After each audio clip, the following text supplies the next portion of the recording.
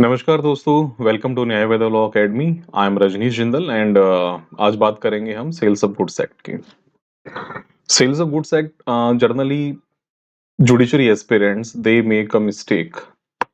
They generally prepare for the major ones, and in this preparation they generally ignore the minor subjects. But believe me guys, if you look at the proportion of the syllabus of the major and minor subjects and the total number of questions from major and minor, so if you prepare minor subjects properly, क्योंकि एक तो सबसे बड़ी बात है कि तैयारी करने में कम टाइम लगता है, प्लस सबसे बड़ी बात है यहाँ से हमेशा क्वेश्चंस फिक्स हैं कि कौन से क्वेश्चंस है जो हमेशा आने ही आने हैं। So in competitive exams it is also necessary for you to make your strategy in such a way कि आप माइनर और मेजर दोनों की इंपॉर्टेंस को कंसीडर करके उन दोनों पर टाइम दें। तो आज हम बात करेंगे सेल्स ऑफ गुड्स एक्ट 1930 की, और ये सब्जेक्ट इंडिया के हर स्टेट के जुडिशियल सर्विसेज एग्जाम में कंपलसरी है। हर स्टेट में आपको ये सब्जेक्ट देखने को मिलेगा, और सबसे बड़ी बात है कि यहाँ से प्री में भी, मेंस में भी और इंटरव्यू में भी क्वेश्चंस पूछे जाते हैं। क्योंकि सबसे बड़ी बात है कि this particular sales of goods act, क्योंकि ये कोई अलग से एक्ट मत मान करके चलिए। एक सिंपल सी बात है कि in every person in their life they deal into cell purchase. अब फॉर एग्जांपल हम हर कोई कुछ ना कुछ बेच रहा है, कुछ ना कुछ परचेज कर रहा है। तो आप जब बात करते हैं सेल करने की, परचेज करने की, then obviously this topic comes into your mind. और कहीं ना कहीं पे कमर्शियल डिस्प्यूट्स में नॉर्मली जब हम बात करते हैं तो सेल्स और परचेज के ही मैटर्स को लेकर के ज्यादा बात होती है। तो एक बात तो ये समझ जाइए कि इस सब्जेक्ट के अंदर गिने चुने सेक्शंस आपको कवर करने हैं, और उन गिने चुने सेक्शंस में से आप प्री में भी क्वेश्चंस देखेंगे, मेंस में भी देखेंगे, और हो सकता है कि इंटरव्यू के टाइम पर भी क्वेश्चंस आपसे पूछे जाएं। तो आई एडवाइस ऑल ऑफ यू, एक तो इस सब्जेक्ट का ओवरव्यू लेकर के चलिए सबसे पहले कि आखिर सब्जेक्ट है क्या, पढ़ना क्यों है और पढ़ना क्या है। तो जब तक आपको यही नहीं पता इस सब्जेक्ट की इंपॉर्टेंस क्या है, ये सब्जेक्ट पढ़ क्यों रहे हो। हमारे एजुकेशन सिस्टम की सबसे बड़ा ड्रॉबैक है कि हमारे यहाँ पर सब्जेक्ट्स तो पढ़ाए जाते हैं, इंपॉर्टेंस थोड़ा सा कम समझाई जाती है। तो हम पहले बात करेंगे कि आखिर इस सेल्स ऑफ गुड्स एक्ट की इंपॉर्टेंस आपकी लाइफ में क्या है, फिर एक जज की लाइफ में क्या है, और एग्जाम के लिए आपकी इंपॉर्टेंस इस सब्जेक्ट की क्या है। ठीक है, तो before I begin into this sales of goods act, let us have a small discussion about, first of all, modes of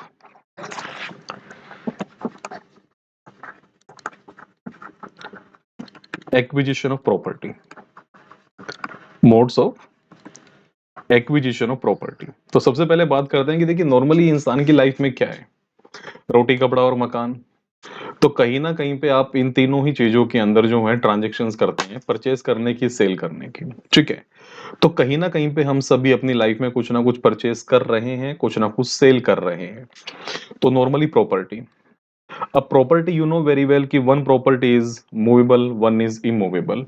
ठीक है, तो अब बात करते हैं कि आखिर प्रॉपर्टी को लेकर के आखिर प्रॉपर्टी एक्वायर या फिर ट्रांसफर कैसे की जाती है।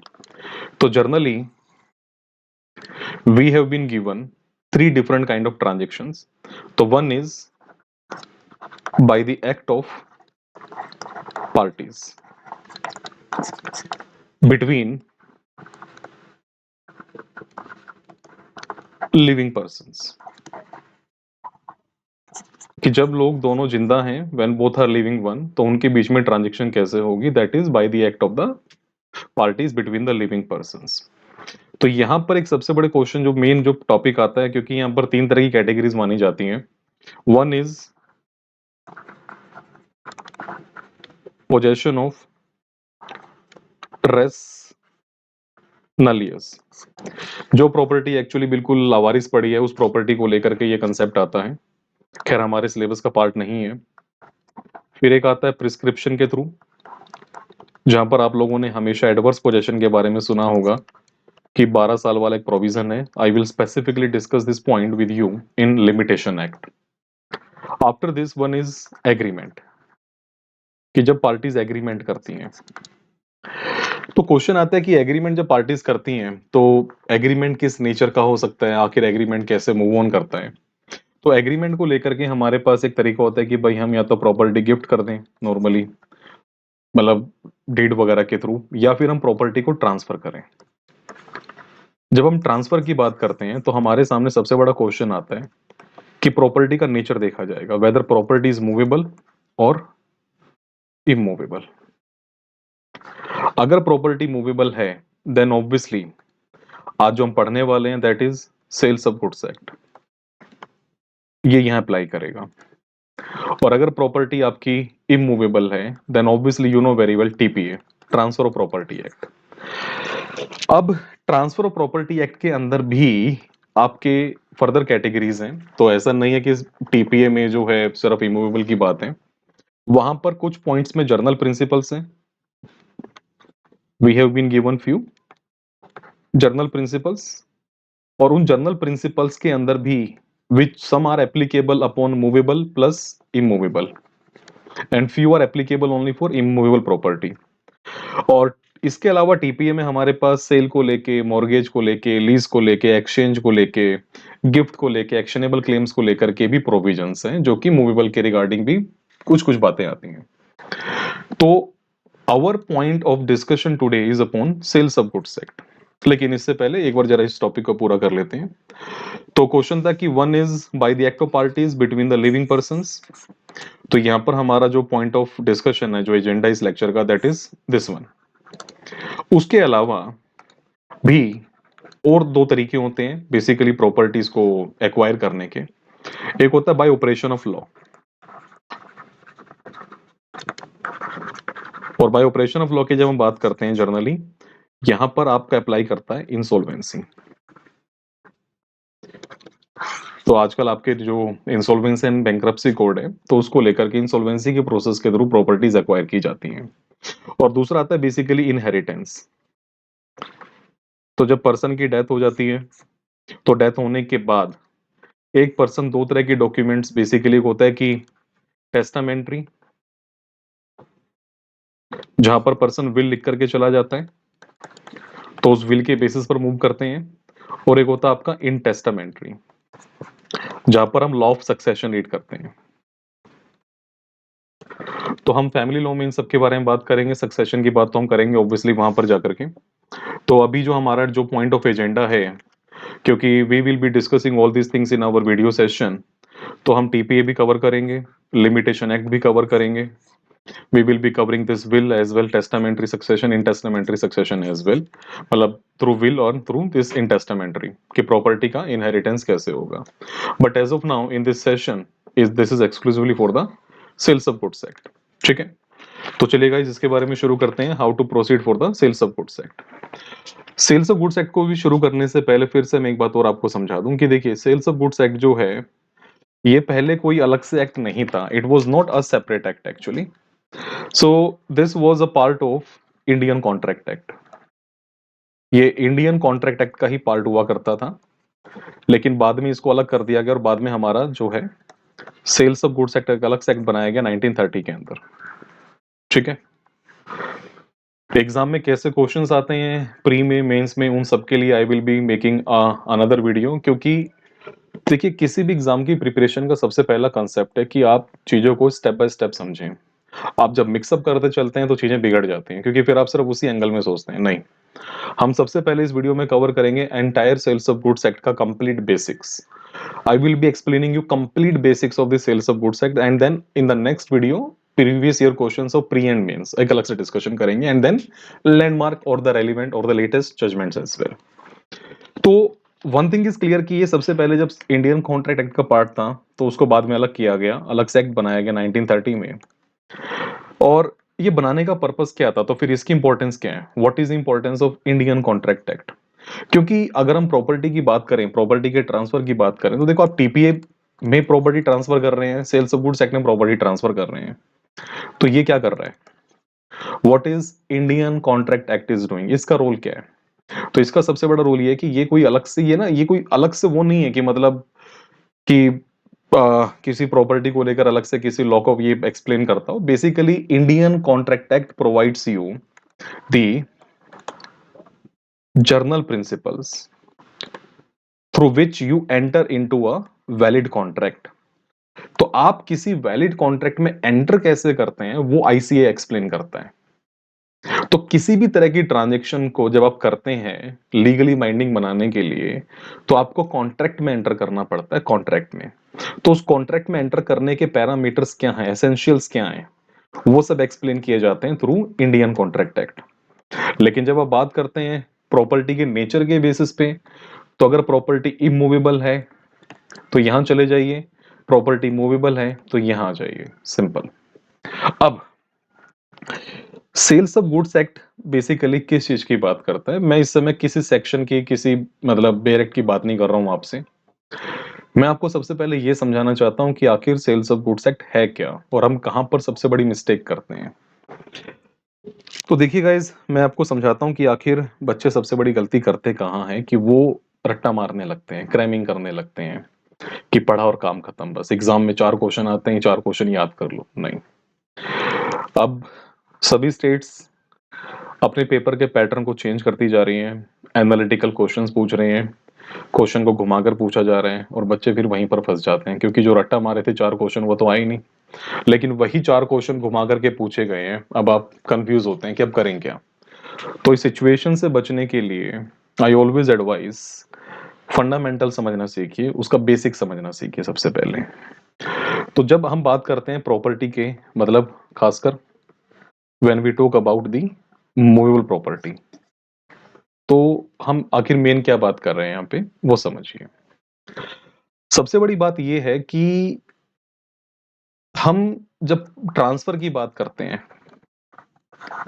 तो हम किस चीज के ट्रांसफर की बात कर रहे हैं एक्चुअली? हम बात कर रहे हैं ओनरशिप को लेकर के। ओनरशिप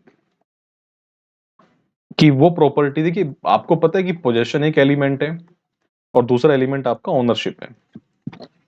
तो ओनरशिप के साथ में आपको प्रॉपर्टी का पोजेशन मिलता है, प्रॉपर्टी को एंजॉय करने का राइट मिलता है, प्रॉपर्टी को आप अपनी मर्जी से सेक्रीफाइस कर सकते हैं, डिस्ट्रॉय कर सकते हैं, यूज कर सकते हैं, कंज्यूम कर सकते हैं, किसी और को दे सकते हैं।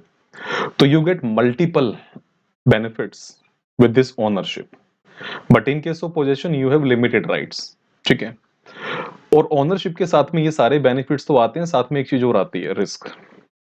रिस्क किसका? आपका पूरा sales of goods act actual में दो मेन चीजों पर मूव करता है। मैं आपको ये समझा दूं, सबसे मेन बात, entire sales of goods act जो है वो दो मेन चीजों पर, मेजर पार्ट्स हैं बेसिकली। रिस्क किसका? क्योंकि जब प्रॉपर्टी ट्रांसफर हुई, तो देखिए आप ट्रांसफर को लेकर के ना, एक तो दो चीजों से कंफ्यूज कभी मत करना, एक तो पेमेंट को लेके और दूसरा डिलीवरी को लेके। आई एडवाइस ऑल ऑफ यू, कभी भी इन दो चीजों को लेकर कंफ्यूज मत होना, because I have seen in many cases बच्चे हमेशा ही कहते हैं कि सर डिलीवरी होगी या पेमेंट होगी तभी कॉन्ट्रैक्ट होता है, मतलब तभी एक्चुअल में सेल होगा या नहीं होगा। तो ये चीजें थोड़ी सी गलत हैं। मैं आपको क्लियर करके चलूंगा, आज समझा के चलूंगा कि आखिर सेल्स ऑफ गुड्स एक्ट के अंदर अगर आप कल को जज बनते हैं, और बनना भी चाहिए, इस देश को जरूरत है एक अच्छे जज की। ठीक है, और आप सभी बेसिकली ये चीजें मूव करिए, तो हम सबको अच्छे जजेस की रिक्वायरमेंट तो है ही है। तो आई होप सो आप में से भी जो है आप सब बने। तो क्वेश्चन है कि पेमेंट और डिलीवरी ये सेकेंडरी चीजें हैं, सेकेंडरी चीजें। और जो लोग कहते हैं कि सिविल लॉ में एंड मेंटल एलिमेंट, जैसे मेंसरी हम क्रिमिनल लॉ में बात करते हैं कि मेंटल एलिमेंट है, तो लोग हमेशा कहते हैं कि सिविल लॉ में मेंटल एलिमेंट मतलब इंटेंशन नाम की चीज नहीं होती। आई थिंक ये सबसे बड़ा झूठ है, सबसे बड़ी बकवास है ये। क्योंकि पेमेंट हुई कि नहीं हुई, डिलीवरी हुई कि नहीं हुई, they all are secondary things, they all are secondary things. यहां पर सबसे बड़ी प्राइमरी जो रिक्वायरमेंट है, सबसे मेजर जो रिक्वायरमेंट है, वो है इंटेंशन, कि पार्टीज की इंटेंशन क्या थी। इवन आपका सेल्स ऑफ गुड एक्ट का सेक्शन 19 भी यही बात करता है, इंटेंशन को लेकर के। आप पढ़िए गाइस, खोल के देखिए बेयर एक्ट अपना। आखिर इंटेंशन सिविल लॉ में कहां पर गिवन होती है? Intent of the parties, consensus ad idem. I hope आप सबने सुना ही होगा इसके बारे में। सो कंसेंसस एडिडम बेसिकली बात करता है meeting of the minds of the persons. तो मीटिंग ऑफ द माइंड्स क्या है बेसिकली? क्या है मीटिंग ऑफ द माइंड्स? वो यही तो चीज है। जो लोग हमेशा इग्नोर कर देते हैं। तो आपको इस कंसेंसस एडिडम पर ध्यान देना है बच्चों। ये अपने आप में बेसिकली सिविल लॉ के अंदर मेंस रिया है। अगर मैं सिंपल शब्दों में कहूं तो क्रिमिनल लॉ की मेंस रिया सिविल लॉ में इस नाम से जानी जाती है, मेंटल एलिमेंट। कि आप चाहते क्या थे, तो रिस्क कहां पास होगा वो डिपेंड करेगा पार्टीज की इंटेंशन क्या थी। ये इंटेंशन हमें फिगर आउट करनी है कुछ सिचुएशंस के बेसिस पे। और दूसरा सबसे बड़ा इसमें जो चीज आती है, जो सबसे मेजर जो चीज इसमें आती है, वो आती है rights of unpaired seller. Rights of unpaired seller exam में प्री में अनपेड सेलर के राइट्स को लेकर के या रिस्क को लेकर के क्वेश्चन हमेशा आता है, और मेंस में अनपेड सेलर को लेकर के तो क्वेश्चन आपका फिक्स है, आना ही आना है गाइस। तो इन दो चीजों के ऊपर आपका पूरा सेल्स ऑफ गुड्स एक्ट घूमता रहता है, जिसको आपको ध्यान से पढ़ के चलना है। ठीक है, तो ध्यान रखिएगा, intention is the one of the main element. जो आप हमेशा कहते हैं कि सिविल लॉ में मेंटल एलिमेंट नहीं होता, ये सबसे बड़ा बकवास, सबसे बड़ी बकवास है। ठीक है, चलेगा इस। तो I hope all of you must have understood कि भैया सेल्स ऑफ गुड्स एक्ट में आप क्या पढ़ने वाले हैं, आपका एजेंडा क्या है। I hope it is clear to all of you. अब इसके साथ में एक मेन क्या बेसिकली शुरुआत कैसे होती है, तो देखिए जब आप बात करते हैं सेक्शन 4 की, जो बात करता है कॉन्ट्रैक्ट ऑफ सेल के बारे में, जो साफ साफ कहता है कि देखिए contract of sale is basically, आप अपना प्लीज डायरेक्ट ओपन करके बैठिएगा साथ में इस वीडियो के, बेटर समझ पाएंगे। It is a contract whereby seller transfers और एग्रीज टू ट्रांसफर। तो या तो आप ट्रांसफर कर देते हैं और यू एग्री टू ट्रांसफर। तो अगर आपने उसे कर दिया, अभी के अभी कर दिया, यानी कि आपका ये सारा काम हो गया, इन अभी at present it is executed contract. ये अभी होना है, एग्जीक्यूटरी अभी होना है। तो बेसिकली ये बात करता है एक्चुअल सेल की, कॉन्ट्रैक्ट ऑफ सेल बेसिकली, या फिर एग्रीमेंट टू सेल,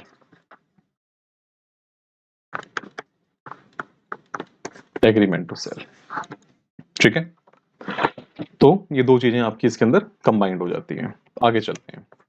तो किसी भी कॉन्ट्रैक्ट ऑफ सेल के हमेशा देखिए, जब भी आप बात करें कॉन्ट्रैक्ट की, तो उसके कुछ एसेंशियल्स होते हैं। एसेंशियल्स वो क्या है, और मैं आपको इन्हीं एसेंशियल्स में सेल्स ऑफ गुड्स एक्ट का पूरा कंसेप्ट समझा के चलूंगा। देखिए ध्यान से। नंबर 1, टू पार्टीज, दो पार्टीज होनी जरूरी है। आप अपने आप को या अपना ही सामान सेल नहीं कर सकते। ठीक है, तो कुछ एक्सेप्शंस होती हैं, वो अलग चीजें, बेसिकली उसमें जाने की रिक्वायरमेंट अभी नहीं है। आगे चलते हैं। गुड्स, यहां पर हम काफी कुछ पढ़ेंगे गुड्स को लेकर के। Obviously we are talking about the movable property. फिर हम इसमें बात करेंगे स्पेसिफिक गुड्स,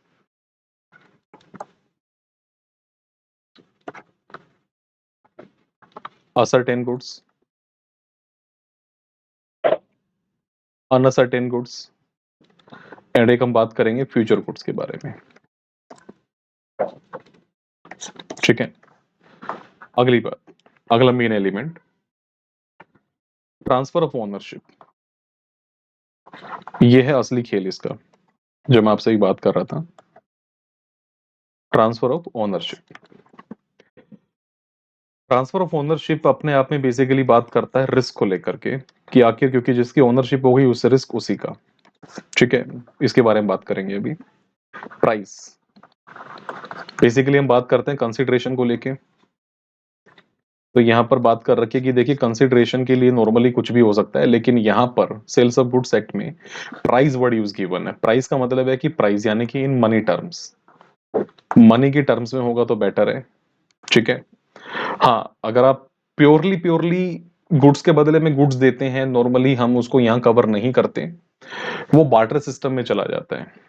लेकिन आप पार्टली मनी पार्टली गुड्स दे सकते हैं, दैट इज एक्सेप्टेबल। तो यानी कि अगर मैं यहाँ पर पार्टली गुड्स और पार्टली मनी देता हूं, then it is acceptable, it's okay, चलेगा ये। ठीक है, कोई इशू नहीं है। उसके बाद all essentials of a valid contract.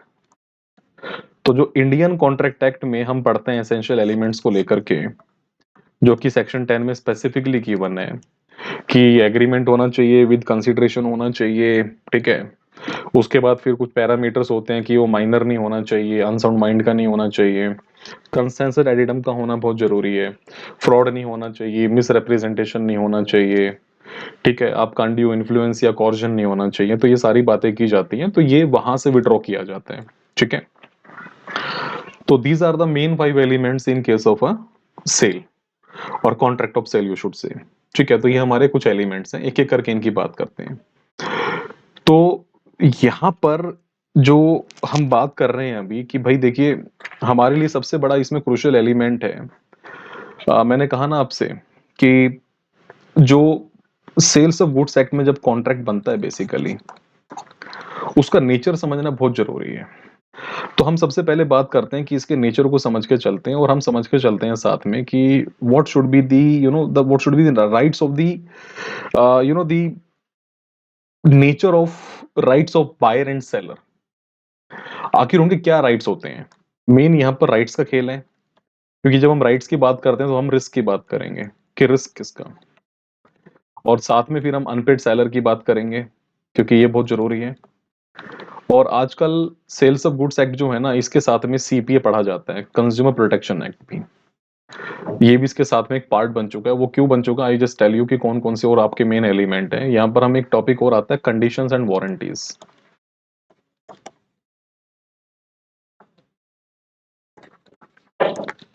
उसकी बात भी करेंगे, काफी लोग कंफ्यूज रहते हैं यार, पता नहीं क्या है ये।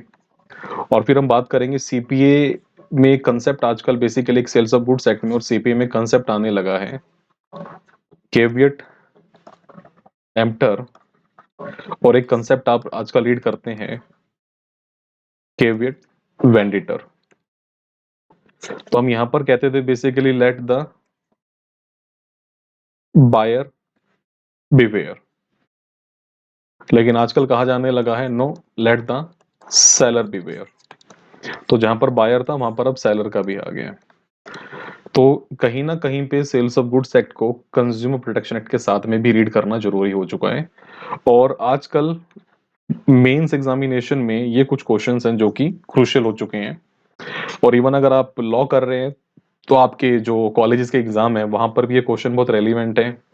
आप जुडिशरी की तैयारी कर रहे हैं तो रेलिवेंट है, आप आईएएस ऑप्शनल की तैयारी कर रहे हैं तो भी ये सारी चीजें रेलिवेंट है, ठीक है। तो चलिए गाइस, पूरी कहानी शुरू होती है गुड्स से बेसिकली। लेकिन उससे पहले भी, शुरू करने से पहले मैं एक काम करता हूँ, आपसे एक सिंपल सी सिचुएशन आपसे डिस्कस करता हूँ, और आप इसका आंसर जरा सोच के देखिए before I move on further. एक छोटा सा एग्जांपल लेते हैं। देखिए, आपके घर जब मान लीजिए फॉर एग्जांपल आपने कभी अमेजन से, फ्लिपकार्ट से, या आजियो से, या मिंत्रा से, या नाइका से, कहीं से भी, किसी भी वेबसाइट से आप जब कोई ऑर्डर प्लेस करते हैं तो नॉर्मली क्या होता है उसमें, आपने देखा होगा कि जब भी आप कोई ऑनलाइन ऑर्डर प्लेस करते हैं तो वो आपको होम डिलीवरी का ऑप्शन देते हैं कि भाई हम आपके घर पे डिलीवरी कर देंगे इस डेट को। तो आप अपने घर पर जब वो सामान आता है उसको खोल के देखते हैं, चेक करते हैं, सब ओके, इट्स ओके, देन नहीं तो आप फिर कंप्लेंट रेज करते हैं और आप उसको वापस कर देते हैं। तो अगर मान लीजिए वो जो डिलीवरी करनी है, जो डिलीवरी बॉय है, सामान उसके पास है, रास्ते में है, कुछ हो जाता है, सारा सामान डिस्ट्रॉय हो जाता है, सब बेकार। क्वेश्चन आता है वो रिस्क किसका, रिस्क किसका। तो जब अमेजन ने या किसी भी ऑनलाइन कंपनी ने गारंटी ली कि हम आपके घर तक डिलीवरी करेंगे, तब तक के लिए आप बेफिक्र रहिए, आपके घर पे आएगा पार्सल, आप अपना देखिए, फिर पेमेंट आप कर दीजिए। तो तब तक के लिए भले ही आप पेमेंट कर चुके हैं या कुछ भी है, तब तक जब तक वो आपके घर पे लाकर सेफली वो प्लेस नहीं कर देगा, तब तक के लिए रिस्क सारा उसका। यह है सबसे main crucial element. Second situation देखकर चलते हैं, जैसे आप लोकल मार्केट्स में जाते हैं, जैसे आपने फर्नीचर परचेज करा, आप किसी लोकल मार्केट में गए, तो नॉर्मली लोकल मार्केट्स में क्या होता है कि आप जैसे फर्नीचर परचेज कर लेते हैं तो वो कहते हैं भैया ठीक है ये हो गया, अब है ना एक काम करो, ट्रांसपोर्टेशन के 300 रुपए या 500 रुपए और निकाल लो, या फिर वो रिक्शा वाला खड़ा है या वो ऑटो वाला खड़ा है, आप जाके बात कर लीजिए, आप ले जाइए। अब जैसे ही उसने अपनी दुकान से सामान निकाल दिया, ये कहा भैया ये मेरा सामान है, ये मैंने लोड करवा दिया, आप जो भी व्हीकल आएंगे मैं लोड करवा दूंगा, आप जाने आपका काम जाने।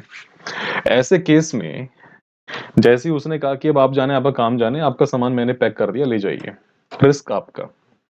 तो रिस्क सिचुएशन के बेसिस पर डिपेंड करेगा कि वहां पर दोनों पार्टीज की इंटेंशन क्या थी। इसलिए मैंने आपसे कहा शुरू में, जब आप लोग कहते हैं ना कई बार सिचुएशन में डिलीवरी ज्यादा जरूरी है कि पेमेंट ज्यादा जरूरी है, सबसे ज्यादा बड़ी रिक्वायरमेंट है कि इंटेंशन क्या थी। मैं एक सिंपल एग्जांपल देता हूं आपको। सपोज करिए मेरी एक बुक शॉप है, आप मेरे पास आते हैं और आप कहते हैं सर मुझे ये एक बुक परचेज करनी है। सपोज करिए कॉन्स्टी की आप एक बुक लेना चाहते हैं, एमपी जैन। तो मेरे पास एक ही कॉपी है। तो मैंने कहा यार ये है, आप रेट फाइनल हुआ हमारे बीच में कि चलो आप इतना 2,000 रुपये दे दीजिए। अब आपने देखा आपकी पॉकेट में पैसे ही नहीं है, वॉलेट घर पे रह गया है, मोबाइल भी घर पे रह गया है।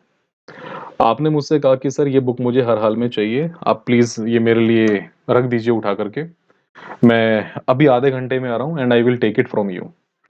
मैंने कहा इट्स ओके, ठीक है, आप प्लीज़ आधे घंटे में आ जाइएगा, ये बुक मैं आपके लिए सेफ रख रहा हूँ। अगर आप आधे घंटे में नहीं आते तो फिर मैं इसको किसी और को दे दूंगा। अब यहाँ दोनों पार्टीज के बीच में ट्रांजैक्शन के नेचर को समझिए। क्या पेमेंट हुई? नहीं। क्या डिलीवरी हुई? नहीं। लेकिन दोनों पार्टीज की इंटेंशन क्या थी कि मैं बुक आपको देना चाहता हूँ, आप बुक लेना चाहते हैं। तो मैंने कहा इट्स ओके डन, मैंने आपकी ये बुक बिल्कुल साइड में रख दी है, आप ही की हो गई ये बुक, जब पैसे लाएंगे आप दे दीजिएगा। तो उस आधे घंटे के मूवमेंट तक अगर आप आ जाते हैं तो और पेमेंट कर देते हैं तो आप बुक ले जाइए। अगर आप आधे घंटे के बाद नहीं आते, मैं अपने बर्डन से फ्री हो चुका हूं, अब मैं किसी को भी सेल कर सकता हूं। लेकिन अगर इस आधे घंटे के दौरान मैंने किसी को वो बुक सेल कर दी और आप इन द मीन टाइम आ गए आधे घंटे के अंदर अंदर, अब आप basically, because there is now breach of contract of sale, यहाँ पर ब्रीच हो चुका है। क्योंकि मैंने प्रॉमिस कर दिया था कि भाई मैं दूंगा आपको, और आपने कहा था इट्स ओके मैं लूंगा। तो आप कल को मार्केट में कहीं और जाते हैं और पता चलता है वो 2100 रुपए की बुक है, आप वहां से लीजिए, तो जो 100 रुपए का नुकसान आपका हुआ मेरी वजह से, आई शुड कंपनसेट यू। हालांकि रियल लाइफ में इस तरह की चीजें लोग रेज नहीं करते हैं। रेज तो बहुत कुछ नहीं करते हैं क्योंकि हम लोग लॉ को इतना सीरियस लेवल पर अप्लाई नहीं करते। लॉ तो ये भी कहते हैं कि माइनर के साथ किया गया कोई भी कॉन्ट्रैक्ट कॉन्ट्रैक्ट ही नहीं होता, वो तो वॉइड एग्रीमेंट, वॉइड वॉइड एब इनिशियो होता है, यानी कि वॉइड एग्रीमेंट होता है। तो नॉर्मली तो जो माइनर्स होते हैं किसी भी शॉप पे जाते हैं, पेमेंट करते हैं, सामान ले लेते हैं। लेकिन अगर लॉ की बात करें तो अगर मान लो कोई माइनर किसी की शॉप पे जाता है और जाकर ये कहता है अंकल एक कोल्ड ड्रिंक दो, और अंकल ने कोल्ड ड्रिंक दे दी और उसने पी ली, तो अंकल वसूल नहीं सकते उससे पैसा। समझ रहे हैं इस चीज को? तो प्रैक्टिकली तो बहुत कुछ नहीं होता, लेकिन अगर हम लॉ की बात करें तो लॉ बड़ा क्लियर है इन चीजों को लेके। ठीक है, तो हमें अगर हम प्रॉपर लॉ की बात करें, लॉ के कंटेक्स्ट में जाएं, तो वी शुड अंडरस्टैंड कि आखिर ये क्या है। लेकिन अब इन सब चीजों के साथ में क्या होता है, देखिए इंटेंशन तो प्राइमरी पैरामीटर है ही है, लेकिन अब क्वेश्चन ये आता है कि कई बार इंटेंशन सिचुएशन के बेसिस पर कई बार डिसाइड नहीं हो पाती है, कई बार डिसाइफर नहीं कर पाते आप। तो ऐसे केसेस में क्या क्या रूल्स लगते हैं वो हमें समझने पड़ेंगे। तो सबसे पहली चीज जो आपको समझनी है दैट इज गुड्स। गुड्स की बच्चे मैंने बताया ना कि देखिए देर आर सर्टेन कैटेगरीज। तो सबसे पहले हम बात करते हैं एग्जिस्टिंग गुड्स की। एग्जिस्टिंग गुड्स, एक होता है फ्यूचर गुड्स और एक होता है आपका कंटिजेंट गुड्स। तो कंटिजेंट तो नाम से समझ में आ गया होगा आपको कि फ्यूचर में कुछ होगा, उसके होने के बाद कुछ होगा, देन इट इज कंटिजेंट। तो डिपेंड करता है किसी चीज के होने ना होने पर। जैसे मैंने कहा मेरा कंसाइनमेंट आना है जापान से, अब कंसाइनमेंट आएगा तब उसके बाद मैं आपको डिलीवरी दे पाऊंगा। वहां बनेगा, अभी बनेगा, फिर वो कंसाइनमेंट में लोड होगा, फिर आएगा। अब बीच में जो बीपर जो है वो अब डायरेक्शन बदल रहा है, बड़ी घूम फिर के वहां की तरफ निकल गया, और वो जो शिप में आना था वो शिप ही खत्म हो गया। तब उस केस में तो ये कंटिजेंट जो है, अब चीजें होने की नहीं है, तो वो तो कंटिजेंट में चला गया। अब बात करते हैं एग्जिस्टिंग और फ्यूचर की। तो देखिए जो गुड्स एग्जिस्टिंग है, बेसिकली एग्जिस्टिंग गुड्स को भी बेसिकली आप तीन कैटेगरीज में डिवाइड कर सकते हैं। One is specific goods, second is ascertained one, and third one unascertained goods। तो जब आप ट्रांजेक्शन करते हैं कोई भी, तो गुड्स किस नेचर की थी ये भी बहुत बड़ी बात है। ये भी डिपेंड करता है, क्योंकि इंटेंशन हर बार क्लियर नहीं हो पाती। कोई आदमी माथे पे लिख के नहीं चल रहा होता मेरी ये इंटेंशन है। इंटेंशन उसे कंडक्ट से पता चलती है, उसके कोर्स ऑफ एक्शन से पता चलती है, उसके मोटिव से पता चलती है। ठीक है, तो जब आप एविडेंस एक्ट पढ़ेंगे सेक्शन 8, तो वहां से हम काफी सारी चीजों को फिगर आउट करते हैं कि इंटेंशन को ढूंढे कहां से। तो क्वेश्चन ये आता है कि स्पेसिफिक गुड्स क्या है। तो सपोज करिए आप मोबाइल लेने जाते हैं, आपने कहा, आपने उसके शॉप पे का 50 मोबाइल रखे थे, आपने कहा ये वाला निकाल दो। यही वाला मतलब यही वाला, एग्जैक्ट यही वाला। जैसे होता है ना, आप जब बुक लेने जाते हैं मार्केट में, तो जैसे आपने जो सैंपल दी, जो बुक आपने देखी, आप कभी उसे नहीं लेते। आप कहें ये तो गंदी हो गई है, इसको तो पेज वेज बेकार से लग रहे हैं, वो दूसरी वाली वो निकाल के दो, वो वाली। That is specific. तो स्पेसिफिक का मतलब है बेसिकली कि जो at the time of at the time of making the contract of sale,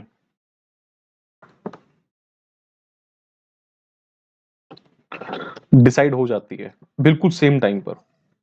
तो जैसे हुआ ना, मैंने कहा यार ये वाली बुक है, यही निकाल के दो, दूसरी नहीं लूंगा मैं, यही लूंगा, बिल्कुल एकदम साफ, बिल्कुल एकदम बढ़िया वाली। तो उन्हें स्पेसिफिक गुड्स कहा जाता है, जो उसी समय आपने डिक्लेयर कर दिया यही वाला मतलब यही वाला। असरटेन्ड थोड़ा सा, स्पेसिफिक तो बिल्कुल स्पेसिफिक हो जाता है, असरटेन्ड थोड़ा सा फैल जाए। इसमें क्या होता है कि जैसे फॉर एग्जांपल ये उसी समय पर आप डिसाइड नहीं करते, बेसिकली आप नॉर्मली क्या करते हैं, कॉन्ट्रैक्ट बनने के बाद, subsequent to formation of contract of sale, मतलब सेल, कॉन्ट्रैक्ट ऑफ सेल आपका हो चुका है, उसके बाद आप गुड्स को फिगर आउट करते हैं, छांटते हैं, उसे असरटेनमेंट कहा जाता है। और अनअसरटेन का मतलब होता है बेसिकली, ना तो आप इनको स्पेसिफिकली फिगर आउट करते हैं, ना ही असरटेन करते हैं basically at the time of contract of sale. ये बेसिकली बाद में जब डिलीवरी होने वाली होगी तब जाकर के, या तो आप ढूंढने का, जैसे होता है ना, मान लो आपने गाड़ी का ऑर्डर किया, तो कार कंपनी ने क्या, डीलर क्या कहते हैं, हाँ ठीक है सर, हम ऑर्डर नोट कर लेते हैं, जब गाड़ी आएगी हम आपको बुला लेंगे, आप देख लेना। अब गाड़ी आती है, आपको लगा कि यार ये जो गाड़ी आई है ना यार, नहीं यार ये वाला नहीं मेरे को पसंद आ रहा है, इसके जो टायर लगा रखे हैं, जिस कंपनी के टायर मुझे नहीं पसंद। तो आप असरटेन करते हैं बेसिकली, जब तक आप असरटेन नहीं कर लेंगे वो अनअसरटेन रहेंगे। तो आप बेसिकली जो है ना, जो टाइम पीरियड है बेसिकली, तो अभी ये होगा बाद में, बिल्कुल बाद में। तो इसका टाइम है अभी, मतलब जैसे डिलीवरी के टाइम पर होता है ना, कि जब डिलीवरी होने वाली होगी तो आपको एक बार बुला लिया जाता है कि आप चेक कर लो। तो कमर्शियल ट्रांजेक्शन्स नॉर्मली ऐसे ही होती हैं, जहां पर गुड्स वगैरह जो हैं थोड़ा सा बाद में ढूंढे जाते हैं। जैसे होता है ना, आपने चेयर्स वगैरह का ऑर्डर कर दिया कि आपको अपने सेंटर के लिए 20 चेयर चाहिए, तो आपने कहा ठीक है, आप, दुकानदार ने कहा आप आ जाइए, ढूंढ छाट लीजिए अपनी, उसने कहा अरे नहीं तुम ही भिजवा दो। तो अनअसरटेन को बेसिकली असरटेन में कन्वर्ट होना जरूरी होता है। अब असरटेन करने की भी कुछ कंडीशंस होती हैं, या तो सेलर बोलेगा बायर को कि भाई तू आजा और छाट ले। तो डिपेंड करता है इनके बीच में इंटेंशन, इनके आपस में इंटेंशन क्या है, इनका आपस में फाइनल हुआ क्या है। तो अगर सेलर कहता है आजा भाई छाट ले और फिर देख ले, तुमने कहा अरे नहीं यार मेरे को तेरे पे भरोसा है, भिजवा दे। तो these are the two things जो ये डिपेंड करती हैं। अब इस तरह की चीजों में इंटेंशन मैटर करती है, यहां पर इंटेंशन मैटर करती है, क्योंकि ये ऊपर वाली सिचुएशन में तो आपने क्लियर कर दिया, यहां भी आपने ढूंढ लिया, तो यहां तो क्लियर हो गया। लेकिन जब तक अनअसर्टेन असर्टेन में कन्वर्ट नहीं होंगी, इसके लिए सेलर बायर को टाइम देगा अपनी तरफ से कि भाई ये टाइम है, यहाँ अब तू आजा, ढूंढ ले, छाट ले। तो जब तक वो नहीं छाटेगा तब तक के लिए फिर चीजें एक्सेप्टेबल नहीं होंगी। ठीक है, अब फ्यूचर और एग्जिस्टिंग को लेकर के तो आप समझ ही गए हैं। फ्यूचर का मतलब क्या है, कि जो नॉर्मली आप कहते हैं कि भाई हाँ ठीक है, मेरी फैक्ट्री में सामान अभी बन रहा है, तो वो अभी बन जाएगा, तो अभी बनने वाला 1 महीने बाद बन के आ जाएगा, तो वो फ्यूचर गुड्स हैं। बस कंटीजेंट में डिफरेंस है, कंटीजेंट किसी पर्टिकुलर सिचुएशन के होने ना होने पे डिपेंड करेगा। मैंने कहा कि मेरा मान लीजिए फॉर एग्जांपल चेयर्स बना, मेरा चेयर्स बनाने का काम है, मेरी फैक्ट्री है। अब चेयर्स तब बनेंगे जब प्लास्टिक के लिए जो मॉड्यूल, जो रॉ मटेरियल है वो आएगा। रॉ मटेरियल आना है जापान से, जापान में अभी वो शिप में लोड होना है। अब शिप में लोड होगा, शिप जब आएगा तो उसके बाद मेरे पास मटेरियल आएगा, फिर मैं बनाऊंगा। तो ये गुड्स अभी फ्यूचर भी है और कंटीजेंट भी है। क्योंकि कंटीजेंट क्यों, क्योंकि ये उस शिप के आने ना आने पे डिपेंड करेगा, उसके बाद आने के बाद मेरे बनाने पे डिपेंड करेगा। मैं बनाऊंगा तो ये अभी फ्यूचर गुड्स हैं, और ये डिपेंड करते हैं किसी सिचुएशन के होने ना होने पे। तो ये इस तरह से इनको रीड करना है। अब क्वेश्चन यहां पर ये आता है कि नॉर्मली अगर गुड्स यहां पर डिस्ट्रॉय हो जाए, खत्म हो जाए, पेरिश हो जाए, तो क्या होगा। ये एक इसमें लड़ाई आती है सेल्स ऑफ गुड्स एक्ट में। तो यू शुड से effect of perishing of goods. अगर गुड्स पेरिश हो जाएं तब उस केस में उसका इंपैक्ट क्या पड़ेगा, इसको समझने के लिए हम इसको कुछ कैटेगरीज में डिवाइड करके चलते हैं। नंबर एक, perishing of goods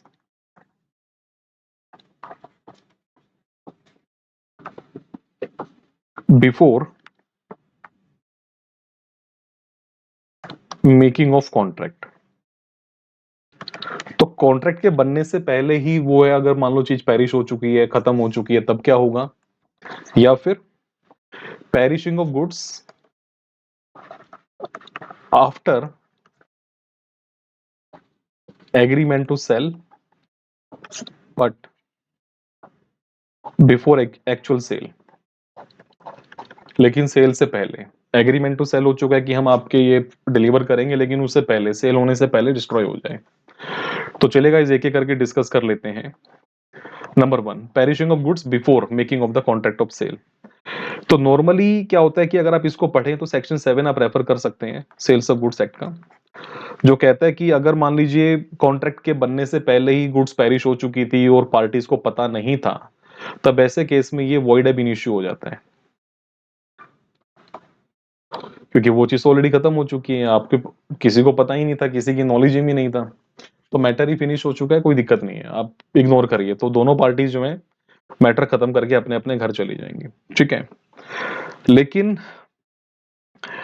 goods agreement to cell होने के बाद, सेल होने से पहले अगर खत्म हुआ है, तब आप सेक्शन 8 रेफर करेंगे, क्योंकि यहां पर वो एग्रीमेंट जो है बेसिकली कॉन्ट्रैक्ट जो है आपका है, that is void later on, बाद में वॉइड हुआ है। अब यहां पर भी कुछ कंडीशंस हैं जो आपको नोट करनी चाहिए, which you should read actually. तो नॉर्मली क्या होता है कि अगर किसी भी पार्टी का फॉल्ट नहीं है, किसी भी पार्टी का फॉल्ट नहीं है और वो गुड्स खत्म हो चुकी हैं, तो नॉर्मली हम ऐसे केसेस में उसको वॉइड मान लेते हैं। लेकिन यहां पर एक बात समझनी बहुत जरूरी है कि सेक्शन 7 और 8 में यहां पर फॉल्ट किसी का भी नहीं है, no party is at fault, ठीक है। ऐसे ही केसेस के अंदर जो है सिर्फ और सिर्फ जो है गुड्स बेसिकली जो है मतलब वॉइड, मतलब जो एग्रीमेंट या कॉन्ट्रैक्ट आपने किया दैट इज वॉइड, ठीक है। लेकिन अब यहां पर एक सबसे बड़ी कंडीशन ये भी आती है कि फॉर एग्जांपल अगर अनअसर्टेन गुड्स वगैरह हैं, अनअसर्टेन, इनको ये भी समझना पड़ेगा आपको कि अगर गुड्स स्पेसिफिकली असर्टेन कर लिए गए थे, ठीक है, और उसके बाद वो बिना किसी पार्टी के फॉल्ट के खत्म हो जाते हैं, अगर पहले ही खत्म हो चुके हैं तो असर्टेन अनसर्टेन का तो क्वेश्चन ही रेज नहीं होता है कि नहीं। लेकिन अगर हम बात करते हैं गुड्स ऑलरेडी असर्टेन कर लिए गए थे, ढूंढ लिए गए थे, और उसके बाद हमने कहा था हम इन्हीं को ट्रांसफर करेंगे, तब उनमें ना डिस्प्यूट्स अराइज होते हैं, उनको टैकल कैसे करेंगे उसके बारे में बात करते हैं अभी। क्योंकि देखिए नॉर्मली अगर मान लीजिए मैं कहता हूं कि ये प्रॉपर्टी है, मान लीजिए फॉर एग्जांपल, ये दिक्कत कहाँ आती है, जैसे जो होलसेल के जो ट्रांजेक्शन्स होते हैं ना, जैसे फॉर एग्जांपल मैं राइस सेल कर रहा हूँ मान लीजिए, और आपने ऑर्डर प्लेस करा मेरे पास 100 बैग्स ऑफ राइस। सैंपल मैंने दिखाया आपको कि ये सैंपल है, आपने कहा इट्स ओके, ठीक है, 100 बैग्स ऑफ राइस जो है 1 महीने बाद भिजवा देना। अब गुड्स एग्जिस्टिंग गुड्स हैं है मेरे पास, अब आपको डिलीवर होने 1 महीने के बाद, अब ये है तो एग्रीमेंट टू सेल, समझ रहे हैं कि आप 1 महीने बाद इसको भिजवा देना, अब ये फ्यूचर में एग्जीक्यूट होना है, अभी हुआ नहीं है। तो मैं अभी मेरे गोडाउन में 500 बैग रखे हुए हैं, अब बाई चांस उन 500 बैग में से कुछ बैग जलकर खत्म हो जाते हैं, सारे खत्म हो जाते हैं, अभी असरटेनमेंट नहीं हुआ था गुड्स का। तो ऐसे केसेस के अंदर मेरी जिम्मेदारी है कि मैं कैसे भी करूं, मैं आपको गुड सप्लाई करूंगा, चाहे मैं कहीं और से ला करके करूं, ठीक है। क्योंकि ऐसे केसेस के अंदर जो है कानून बड़ा क्लियर है कि देखिए भाई, ठीक है, यहाँ पर आपका भी फॉल्ट नहीं है, लेकिन फॉल्ट सामने वाली पार्टी का भी नहीं है। तो अगर हो सकता है कि उसको he should suffer because of this, अगर उसको सप्लाई ना मिले, तो ऐसे केसेस के अंदर जो है अब वो पूरी तरह से वॉइड होगा कि नहीं होगा, ये डिपेंड करेगा। अगर मान लो कि 500 ही बैग थे ही 500 बैग दुनिया में और बनने ही नहीं थे, और वो खत्म हो चुके हैं, अब नहीं मिल सकते किसी भी तरह से, तो मैटर फिनिश हो चुका है। लेकिन अगर पॉसिबिलिटी है, मान लो मैं कहीं और से और परचेस कर सकता हूँ, कहीं और से ला सकता हूँ, तो मेरे को लाना पड़ेगा, मेरे को ला करके आपको सेल करना पड़ेगा, देना पड़ेगा, तो डिलीवरी होगी। So these are the few points which all of you should take care into your mind, क्योंकि यहां पर कोई साइंटिफिक फॉर्मूला नहीं है चीजों का, समझ रहे हैं? तो यहां पर ये पॉइंट है बच्चों, ठीक है। उसके बाद और इन सब चीजों में ना एक बार ध्यान रखना, ये स्पेसिफिक बेसिकली क्या होता है ना, ये जो वॉइड बनते हैं ये नॉर्मली स्पेसिफिक गुड्स या जो बेसिकली ऐसे केसेस में अप्लाई ज्यादा करते हैं, क्योंकि वही पर्टिकुलर चीज जो आपको चाहिए थी वो बिना किसी पार्टी के फॉल्ट के खत्म हो गई है। ऐसे केस में वॉइड होगा, लेकिन अगर अनअसर्टेन्ड गुड्स हैं तब उस केस में कॉन्ट्रैक्ट ऐसे जल्दी से वॉइड नहीं होते। उसकी भी सिचुएशन देखी जाएगी कि क्या वाकई में सिर्फ वही आइटम थी, उसके अलावा कुछ था ही नहीं डिलीवर करने के लिए। तो वो सब चीजें भी पैरामीटर्स मायने रखते हैं, ठीक है। और फिर मैंने प्राइस का आपको बता ही दिया था कि प्राइस शुड बी देयर, ठीक है। कई बार क्या होता है कि प्राइस डिपेंड करता है फ्यूचर में कि क्वांटिटी मेजरमेंट के बाद या वैल्यूएशन करने के बाद। तो सेक्शन 10 बेसिकली इसी बारे में बात करता है कि थर्ड पार्टी जब तक वैल्यूएशन नहीं करेगी तब तक चीजें डिसाइड नहीं होती। तो वो भी देखा जाता है। तो प्राइस का वैल्यूएशन वगैरह होने के मतलब आइटम्स का प्राइसेस तब डिटरमाइन होंगे जब कोई वैल्यूइंग ऑफिसर आकर के उनको डिटरमाइन करेगा। तो वो सब चीजें भी देखी जाती हैं। अब बात करते हैं सबसे crucial topic, that is conditions and warranties. ये होते क्या है, इनको समझाने से पहले मैं आपको इनका डिफरेंस समझा दूं। डिफरेंस पहले मतलब एक छोटा सा डिफरेंस समझो कि आखिर अगर कंडीशंस ब्रीच होती हैं तो आप पूरे के पूरे कॉन्ट्रैक्ट को रेपुडिएट कर सकते हैं, मतलब पूरा का पूरा कॉन्ट्रैक्ट जो है टर्मिनेट कर सकते हैं, टर्मिनेट दी एंटायर कॉन्ट्रैक्ट। आपने जो प्राइस पे किया था you can claim your price, जो आपने पैसा वगैरह पे किया था वो, प्लस डैमेजेस अगर आपको कुछ नुकसान हुआ है तो वो। लेकिन वारंटीज में आप टर्मिनेट नहीं कर सकते, पूरे के पूरे कॉन्ट्रैक्ट को रेपुडिएट नहीं कर सकते। आप सिर्फ और सिर्फ डैमेजेस क्लेम कर सकते हैं। You can only claim damages. तो भाई ये क्या है, क्या ये मतलब? तो देखिए अब बात करते हैं आखिर ये है क्या, क्योंकि एक बात समझ जाइए कि यहाँ पर आपके पास बहुत बड़ी पावर है एज अ बायर कि आप पूरा का पूरा कॉन्ट्रैक्ट को टर्मिनेट करके अपना पूरा पैसा प्लस डैमेजेस क्लेम कर सकते हैं। यहाँ पर सिर्फ डैमेजेस क्लेम होंगी, ठीक है।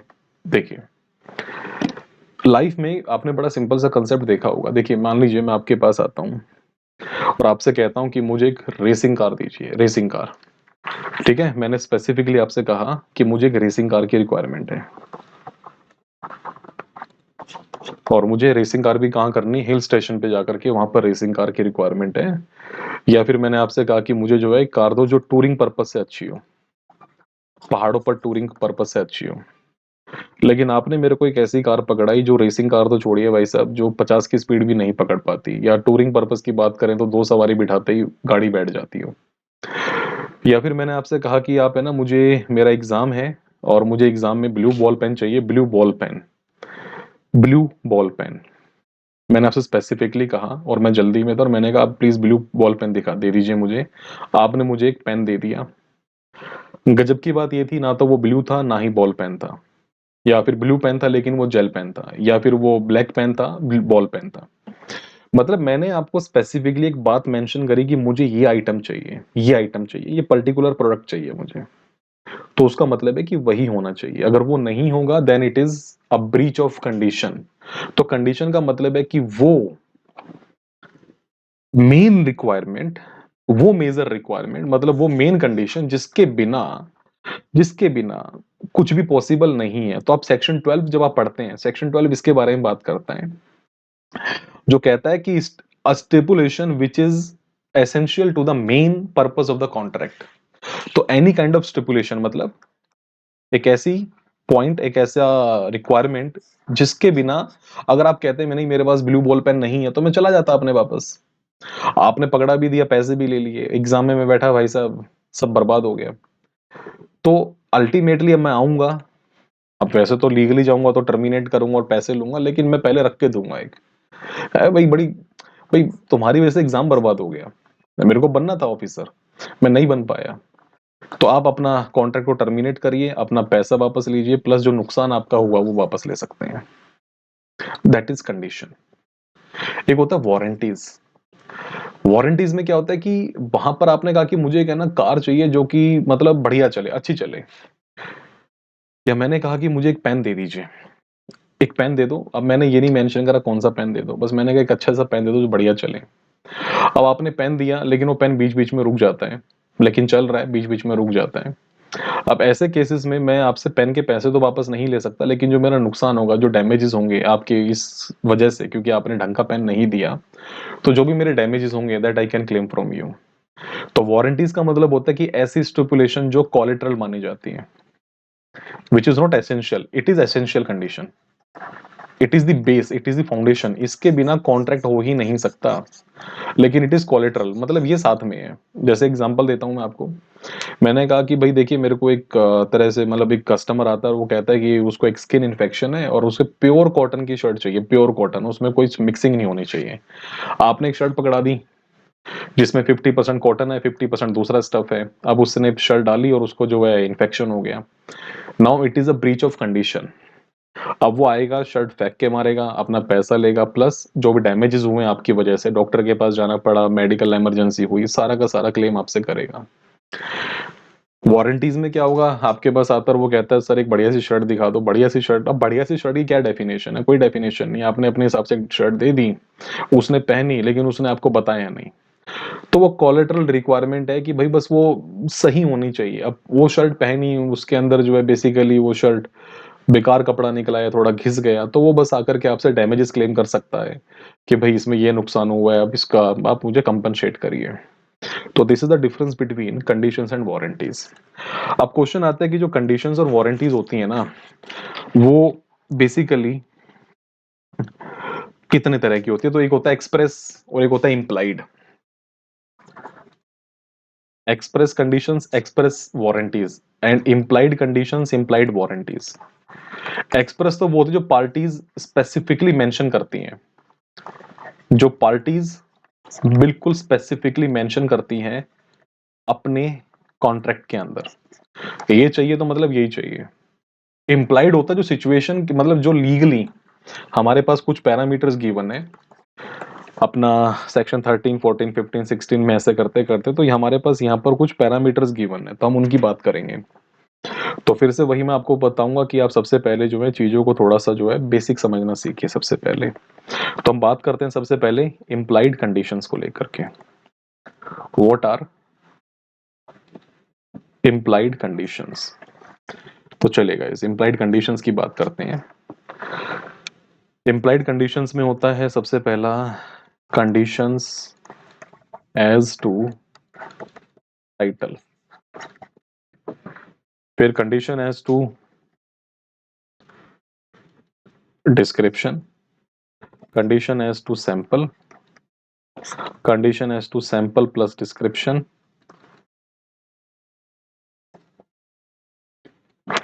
कंडीशन एज टू क्वालिटी और fitness, quality condition as to merchantability, and condition as to wholesomeness. अब अगर आप अपना डायरेक्ट ओपन करते हैं गाइस, तो आप यहाँ पर जो है आप देख सकते हैं सेक्शन 12, आप अगर देखेंगे ध्यान से तो यहाँ पर सेक्शन 12, 13, 14, 15, 16, 17, ये सारे के सारे सेक्शंस आपके इन्हीं सारी कंडीशंस और वारंटीज को मिक्स करके हैं। तो आप इन सबको जब पढ़ेंगे तो आपको वो सब लिखना है। अब मैं आपको समझा दूं ये है क्या। टाइटल को लेकर के मतलब है, देखिए गाइस, अगर मैं कोई सामान आपसे खरीद रहा हूँ तो ऑब्वियसली ये तो एक होना चाहिए ना कि वो आपके पास भी कैपेसिटी होनी चाहिए कि आप उस गुड्स को ट्रांसफर कर सकें। बिकॉज ट्रांसफर ऑफ गुड्स का मतलब है ट्रांसफर ऑफ ओनरशिप, कि वो जब मैं पेमेंट आपको कर रहा हूँ तो ऑब्वियसली जो टाइटल आपके पास है, जो टाइटल एक्चुअल में होना चाहिए, वही टाइटल मेरे पास आना चाहिए। तो ये टाइटल को लेकर के ना एक बड़ा रेलिवेंट पॉइंट है। और इसी के साथ है ना एक मैक्सिम एग्जाम में काफी बार आता है, nemo dat quod non habet. I hope आपने इसके बारे में सुना होगा। तो one can not give which one does not have, तो जो आपके पास नहीं है आप किसी और को नहीं दे सकते। तो ये मैक्सिम भी बहुत जरूरी मैक्सिम है, एग्जाम में जुडिशरी में तो खास करके काफी बार पूछा गया है। लॉ कॉलेजेस में भी ये बहुत बार आता है और आईएएस के अंदर भी ये मैक्सिम बहुत बार रिपीटेडली आता है। तो क्वेश्चन आता है कि what is this Nemo that quad non habit को लेकर के। तो पॉइंट बड़ा सिंपल सा है कि जो आपके पास नहीं है वो आप किसी और को नहीं दे सकते, लेकिन इसकी कुछ एक्सेप्शंस भी होती हैं। तो अभी एक्सेप्शंस की बात मैं करूंगा आपसे, पहले जरा एक बार सारी बातें डिस्कस कर लूं पहले, फिर कंडीशन एज टू डिस्क्रिप्शन। अगर मान लीजिए मैंने आपको कुछ डिस्क्राइब कर रखा है कि मुझे हेडेक के लिए पैरासीटामोल चाहिए, तो मुझे ऑब्वियसली पैरासीटामोल चाहिए, मैंने आपको डिस्क्राइब कर दिया। या फिर सैंपल, मैंने आपको राइस का सैंपल दिखाया कि मुझे यही राइस का चाहिए, यही राइस चाहिए, तो यही राइस चाहिए, सैंपल।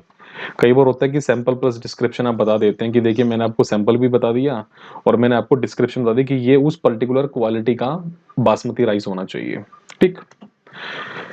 देन कम्स क्वालिटी और फिटनेस। कई बार क्या होता है, कुछ चीजें ली जाती हैं तो इसका मतलब बाय डिफॉल्ट होता है कि वो उस क्वालिटी के लेवल पर खरी उतरेगी, फिट होगी।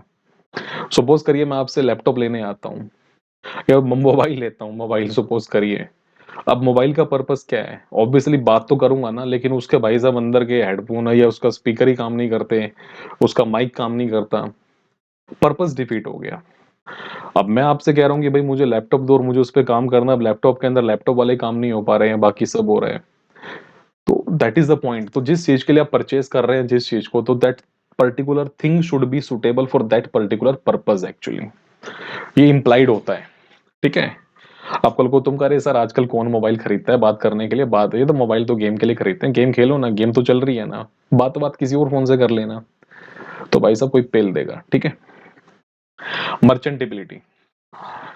मर्चेंटेबिलिटी का मतलब होता है कि वो जो पर्टिकुलर चीज आपने खरीदी ना, आप अगर उसको कल को रीसेल करना चाहें तो वो रीसेल करने के लायक भी हो।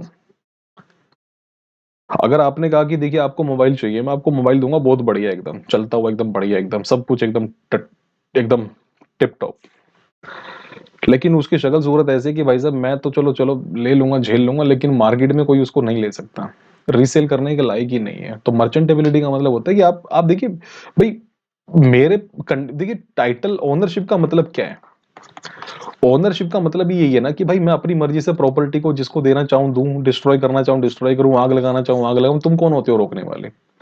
तो प्रॉपर्टी को मैं अगर रीसेल करना चाहूं तो रीसेल होने के लायक भी तो होनी चाहिए। लेकिन तुमने, अब मान लो तुमने तो ये कहा रे सर, मेरे को थोड़ी पता था आप इसको रीसेल करोगे, आप तो इतने बढ़िया आदमी ठहरे, आप तो खुद ही यूज कर लेते, आप तो यार एडजस्ट कर लेते हो, आपका तो नेचर ही एडजस्टिंग नेचर का है। तो भाई साहब एक आद घूमता हुआ आएगा, ठीक है। होलसमनेस, ये हम फूड आइटम्स में यूज करते हैं कि जो आप खाना वाना खाते हैं, तो जैसे हम जाते हैं कई बार रेस्टोरेंट में, तो वो पर्टिकुलर चीज जो है खाने के लायक भी होनी चाहिए। तो जैसे कई बार होता है ना कि बासी खाना दे देते हैं लोग या खाने के लायक नहीं होता, ऑब्जेक्शन आप रेज कर सकते हैं और उसके बाद जो आप कह सकते हैं चल भाई सारा पैसा वापस, हम नहीं दे रहे कुछ भी इस चीज को लेकर के। तो इन्हें कहा जाता है आपका इम्प्लाइड वारंटीज, कंडीशन, सॉरी। अब बात कर लेते हैं इसको क्या नाम है, इम्प्लाइड वारंटीज की भी बात कर लेते हैं। तो मैं इस ब्लू कलर से वारंटीज भी यहीं पर मेंशन कर देता हूं ताकि आप सारी इकट्ठी इकट्ठी समझते चले जाएं। तो देखिए, condition as to title ownership में था, यहां पर पोजेशन को लेके होता है, और पोजेशन भी क्वाइट पोजेशन। मतलब ओनरशिप में तो आपके पास पूरा राइट आना चाहिए प्रॉपर्टी को एंजॉय करने का, पोजेस करने का, डिस्ट्रॉय करने का। वारंटी में क्वाइट पोजेशन का राइट भी आना चाहिए। अब आपने कोई सामान तो मुझे दे दिया लेकिन वो था किसी और का। अब ठीक है, मैं नेमोदेत क्वादनोन हैबिट के मैक्सिम में चला जाऊंगा, एक्सेप्शन में चला जाऊंगा, बच जाऊंगा, लेकिन आपके चक्कर में मेरे को परेशानी तो हो रही है ना। वो बंदा आकर के रोज लड़के जाता है कि ये सामान मेरा है, तूने कैसे ले लिया। मैं उस चीज को एंजॉय नहीं कर पा रहा हूँ, मेरे पास भाई मेरे को तो वो क्वाइट पोजेशन मिलना चाहिए ना। रोज आकर के तुम्हारे चक्कर में जो है कोई ना कोई बंदा अगर क्लेम करता रहता है ये सामान तो मेरा है, ये सामान तो मेरा है। अब ठीक है, वो बाद में होगा कि चलो लीगली मैं केस को जीत जाऊंगा, लेकिन अभी तो आपकी वजह से मुझे दिक्कतें हो रही है ना। तो आप इन चीज के बदले में मुझे कंपनसेट करिए, ठीक है। Similarly, free from all encumbrances, conditions as to free from all encumbrances और वारंटी अगेंस्ट एनकम्प्रेंसेस। एनकम्प्रेंसेस का मतलब है बेसिकली कि उस प्रॉपर्टी पर किसी भी तरह का कोई किसी का क्लेम नहीं होना चाहिए। मतलब ये नहीं कल को आपने तो प्रॉपर्टी किसी और को गिरवी रख रखी थी या प्रॉपर्टी के ऊपर आपने कोई चार्ज क्रिएट कर रखा था और भाई साहब सामने वाले आकर के रोज जो है मेरे से जो है क्लेम कर रहे हैं कि दे ये पैसा इसमें हमारा हिस्सा है, हमारा हिस्सा है, तो वो भी एक अलग से बहुत बड़ा इशू है अपने आप में। और एक और हम इसमें काम करते हैं basically, warranty to disclose dangerous nature of, warranty to disclose dangerous nature of goods. अब भाई वो सामान कितना खतरनाक है ये तो बता दो। अब जैसे कोविड के टाइम पर जब ये हैंड सैनिटाइजर्स वगैरह जो बांटे गए थे, कुछ लोग भाई साहब जा करके कैंडल के सामने कर रहे हैं, अब उस पे लिखा हुआ है हाईली इनफ्लेमेबल, तो पढ़ लो थोड़ा सा। तो ये चीजें भी उसमें मेंशन की जाती हैं, तो ये बहुत जरूरी है। तो ये बेसिकली हमारी इम्प्लाइड वारंटीज में कंसीडर की जाती हैं। और वो सब जो ब्लैक कलर से मेंशन है आपका, वो सारा का सारा इम्प्लाइड कंडीशंस हैं आपकी। आई होप ये सब आपको समझ में आ गया होगा, ठीक है।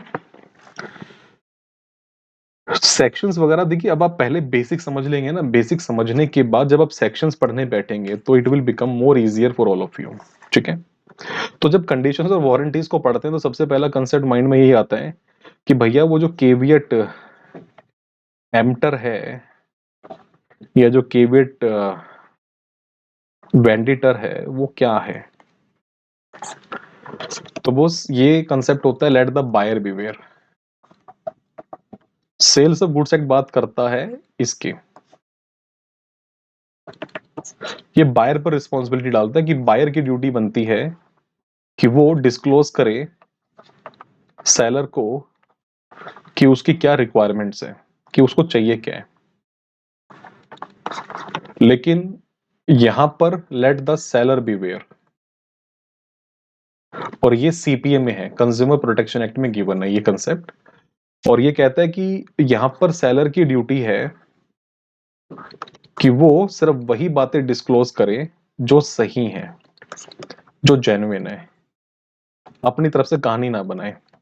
अगर वो अपनी तरफ से कुछ एडिशनली बताता है ना जो कि कहीं और से, मान लो फॉर एग्जांपल मैं आपको कोई मान लीजिए मैं एक इलेक्ट्रिकल इक्विपमेंट्स वगैरह सेल करता हूँ, पंखे या ट्यूबलाइट्स वगैरह, और आप मेरे पास आते हैं, आप कहते हैं कि ऐसा फैन दीजिए जो मतलब एकदम मैं उसका फैन हो जाऊं, मतलब इतना बढ़िया जो चलता ही रहे, आवाज भी ना आए, सब बढ़िया हो। तो मैंने कहा ये वाला फैन लेके जाइए, 10 साल की वारंटी है। अब मैन्युफैक्चरर ने वारंटी दे रखी है 2 साल की, मैं कह रहा हूँ 10 साल की। तो ऐसे केस में अब ये जिम्मेदारी मेरी है कि 2 साल की वारंटी तो चलो मैन्युफैक्चरर दे देगा, जो मैंने 10 साल की बोल दी तो 8 साल की वारंटी कौन देगा। Now it will be given by the seller only. तो केवियट एम्प्टर के भी कुछ एक्सेप्शंस हैं, केवियट वेंडिटर की भी कुछ एक्सेप्शंस हैं। एक्सेप्शंस में मैं आपको सिर्फ इतना समझा दूं, वैसे कुछ खास इसमें है नहीं क्योंकि ये लोग इसको टेक्निकल बना देते हैं। देखिए पहले कंसेप्ट समझिए, कंसेप्ट है कि भैया बायर की रिक्वायरमेंट्स को बायर ही बताएगा ना क्या चाहिए। अब मैंने कहा कि मुझे तो यार एक हेडेक हो रहा है, कोई टैबलेट दे दो। अब हेडेक क्यों हो रहा है मैंने आपको बताया नहीं, हो सकता है कि एसिडिटी की वजह से हो रहा हो सकता है कि स्ट्रेस की वजह से हो रहा हो। अब उस बंदे ने आपको सिंपल पैरासीटामोल दे दी, अब पैरासीटामोल आपने खाई और भाई साहब आप और बीमार हो गए, आप कल को कहोगे तूने क्या कर दिया, ये गलत हो गया, वो गलत हो गया। नहीं, आप कुछ नहीं कर सकते क्योंकि आपकी जिम्मेदारी बनती थी उसको बताना कि आपकी रिक्वायरमेंट क्या है। आपने सिर्फ कहा एक मेरे को सर दर्द की गोली दे दो, उसने सैराडोन आपको दे दी, काम खत्म। अब आप सही हुए बीमार हुए ये आपकी जिम्मेदारी है। तो यहां पर बायर की ड्यूटी बनती है डिस्क्लोज करने की। लेकिन एक्सेप्शंस में क्या है, एक्सेप्शंस मतलब बायर की ड्यूटी कब नहीं होगी। नंबर एक, जब सेलर कुछ गलत बात बोले, सेलर मिस रिप्रेजेंटेशन करे, ठीक है। जब सेलर कोई जरूरी बात छुपा ले, मतलब एक्सेप्शंस के अंदर आपको बड़े सिंपल से पॉइंट्स है वो आप देखिए, लॉ में ना रॉकेट साइंस नहीं है, कॉमन सेंस है, कॉमन सेंस लगाइए काम खत्म। तो जब सेलर अपने एंड पर कुछ मिस रिप्रेजेंट कर दे या कोई जरूरी बात को छुपा ले, council the main fact of that particular product, या फिर सेलर की स्किल या जजमेंट के ऊपर बायर डिपेंडेंट था। सेलर बायर ने तो कह दिया था कि यार मेरे को हेडेक हो रहा है क्योंकि मैं मेरे को लग रहा है कि एसिडिटी है या कुछ हो रहा है और आप मुझे उसके हिसाब से टैबलेट दीजिए। तो यहाँ पर अब आप सेलर की स्किल या जजमेंट पर डिपेंडेंट है, अब उसकी रिक्वायरमेंट है वो आपको डिस्क्लोज करे कि क्या है। या फिर आपने डिस्क्रिप्शन दिखा दी थी उसको, आपने प्रिस्क्रिप्शन दिखा दी डॉक्टर की कि देखो ये सब दवाइयां ये सब लिखा हुआ और इस तरह से मेरे को आप ये सामान दे दो, उसके बाद भी वो कुछ गलत दे रहा है आपको, ठीक है?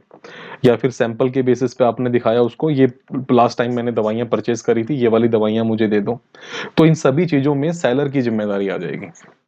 बिल्कुल इसका बिल्कुल उल्टा रिवर्स घुमा के आपने केवियट वेंडिटर में लिखना है। That's all. ये टेक्नीक है बच्चों एग्ज़ाम की तैयारी करने की, ठीक है? तो इसी तरह से आप इसको जो है पढ़ सकते हैं। अब आते हैं एक अगला जो सबसे मेन टॉपिक है। हम बार-बार जब बात करते हैं ट्रांसफर ऑफ ओनरशिप की, तो मैंने बताया था ना बॉस आपको, risk prima facie passes with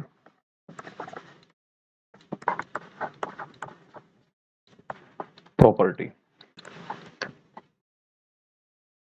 passes with property। तो risk prima facie passes with property। अब क्वेश्चन ये आता है कि देखिए यहाँ पर ये रूल है क्या, इसके कुछ एक्सेप्शंस भी हैं। एक्सेप्शंस अगर हम मेन बात करें तो सेक्शन 18 से लेकर 24 तक के इसमें प्रोविजंस हैं, लेकिन मेरे हिसाब से सेक्शन 19 अपने आप में सबसे बड़ी चीज है। मैं 3-4 सिचुएशंस आपको बताता हूँ, बस उसके बाद आप डिसाइड करना। अमेज़न एग्जांपल मैंने आपको दिया, किसी भी ई-कॉमर्स कंपनीज का आप ले लीजिए। आप जब फर्नीचर परचेज करते हैं किसी लोकल मार्केट से, वो एग्जांपल ले लो। आप फर्नीचर परचेज करें अर्बन लैडर से, वो एग्जांपल ले लो। साथ में यहाँ पर 2 चीजें और देखिएगा, सीआईएफ एंड एफओबी। नॉर्मली कोई इनकी बात नहीं करता, ये बहुत बड़ी रिक्वायरमेंट्स है अपने आप में। जो बिल होता है ना, जो इनवॉइस होता है, यानी कि बिल जो बन के आता है, बिल में जो प्राइस लिखा होता है, कोटेशन जो होती है, वो लिखा होता है कि वो कोटेशन किस चीज की है। मतलब आप जो सामान खरीदते हैं उस कोटेशन का प्राइस के साथ में ये भी लिखा होता है कि ये प्राइस एफओबी प्राइस है कि सीआईएफ प्राइस है। मतलब cost, insurance and freight charges. और जबकि एफओबी का मतलब होता है फ्री ऑन बोर्ड।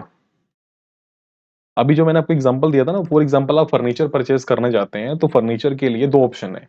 या तो अर्बन लैडर जैसे स्टोर में जाइए, जहां पर वो आपको दिखा देंगे सब कुछ और वो कह देंगे ठीक है सर, ये ऑर्डर हमने आपका लिख दिया, प्लेस कर दिया और अब बेंगलोर से सामान आ जाएगा। अब उनके केस में जो प्राइस होता है दैट इज सीआईएफ प्राइस। मतलब जो चार्ज वो करेंगे, सेलिंग प्राइस वो भी लिखेंगे, प्लस इंश्योरेंस, प्लस फ्रेट। मतलब आपके घर तक की डिलीवरी करने की रिस्क और जिम्मेदारी सारी अर्बन लैडर की, आपकी नहीं है। तो आपको तो सेफली सारा सामान घर पे मिलेगा। अगर रास्ते में कहीं डैमेज हो गया, कुछ हो गया, सारा रिस्क अर्बन लैडर का। लेकिन एफओबी को लीजिए, आप एक लोकल मार्केट से फर्नीचर लेने जाते हैं।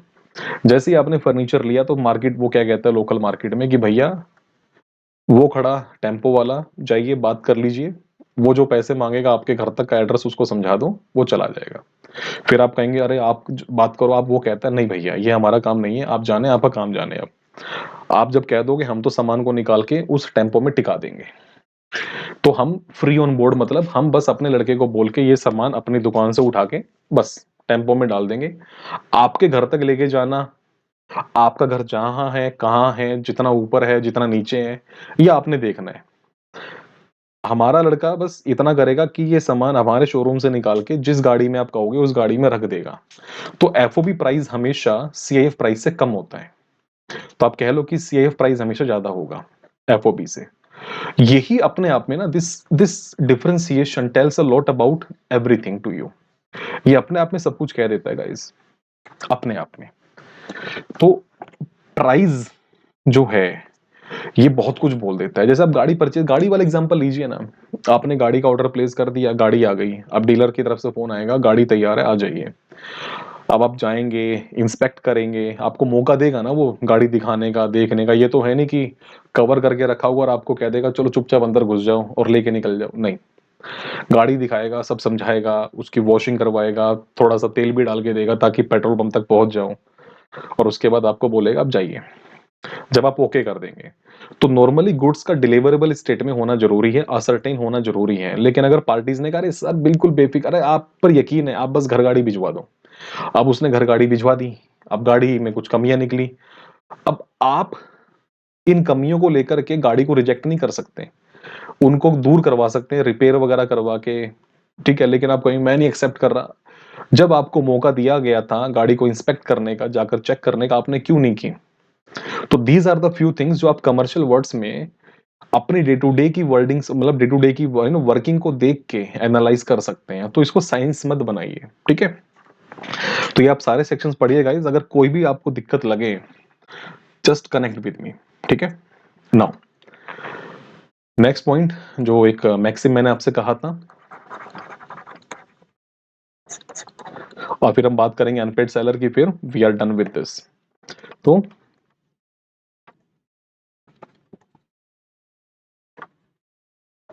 नैमोदत क्वेद नॉन हैबिट, तो बेसिकली जिस आदमी के पास जो कुछ है ही नहीं तो वो किसको, वो क्या देगा, ठीक है।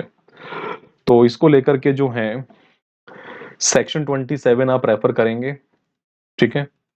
एग्जाम में बहुत बार इसमें से क्वेश्चन जरूर आता है। तो इसका बड़ा सिंपल सा आंसर है कि देखिए, नॉर्मली रूल ये कहता है कि जिसके पास जो आइटम का ओनरशिप नहीं है, टाइटल नहीं है, अथॉरिटी नहीं है, तो वो बंदा उस प्रॉपर्टी को किसी और को ट्रांसफर नहीं कर सकता। अगर कर भी देगा तो वो ट्रांसफर वैलिड नहीं माना जाएगा।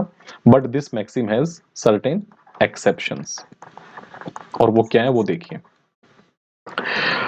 सेल बाय मर्केंटाइल एजेंट, अगर आपने किसी अपने एजेंट को अपॉइंट कर रखा है कि तू सेल कर दे, अथॉरिटी दे रखी है आपने, तो वो सेल वैलिड सेल है, भले ही आपने ना की हो, भले ही आप नहीं चाहते थे कि ये सेल हो, लेकिन आपने अपने एजेंट को ऑथराइज कर रखा था, उसने कर दिया, काम खत्म। ट्रांसफर बाय एस्टोपल, एस्टोपल आप सबको पता ही है। आप अपने कंडक्ट के थ्रू कहते हैं अरे ये भाई है मेरा, ये दुकान पे तुम्हें दिखता है ना बिल्कुल एकदम भाई है, आपने किसी को बिठा रखा है मेन काउंटर पे, जा तेरा जो जी करे कर दे। कस्टमर आया, उसने कस्टमर को दे करके सामान सस्ते में सेल कर दिया, एस्टोपल। सेल बाय वन और मोर ज्वाइंट ओनर्स, अगर किसी प्रॉपर्टी के कई सारे ज्वाइंट ओनर्स हैं और सबके पास अथॉरिटी है कि वो इंडिविजुअली भी सेल कर सकते हैं, then it is also allowed, ठीक है। उसके बाद सेल बाय अनपेड सेलर, एक अनपेड सेलर है, क्या राइट्स होंगे अभी समझाऊंगा आपको मैं, इसके बारे में बात करूंगा मैं आपसे अभी, इसके लिए जरा वेट करिए। सेल बाय प्लेजी, नॉर्मली कानून आपको पता ही है कि जो प्लेजी होते हैं बेसिकली जब आपने अपना सामान किसी को दे रखा होता है किसी स्पेशल पर्पस के लिए, और आप उसकी पेमेंट वगैरह नहीं करते, तो वो अपने पैसे की रिकवरी करने के लिए आपके सामान को फिर सेल भी कर सकता है, प्लेजी, ठीक है।